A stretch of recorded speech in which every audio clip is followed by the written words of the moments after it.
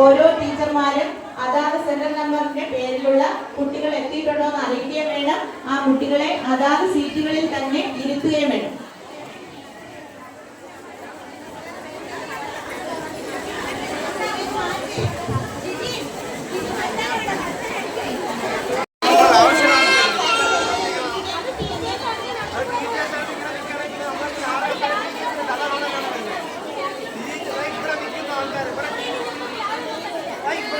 ആൾക്കാർ ദൂരെ നോക്കണം എങ്ങനെയാണോ വരുന്നത്.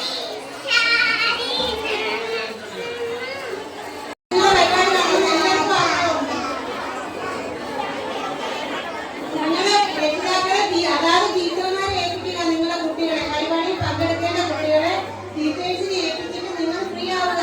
103 ഇസ്വ സുനിയാണ്.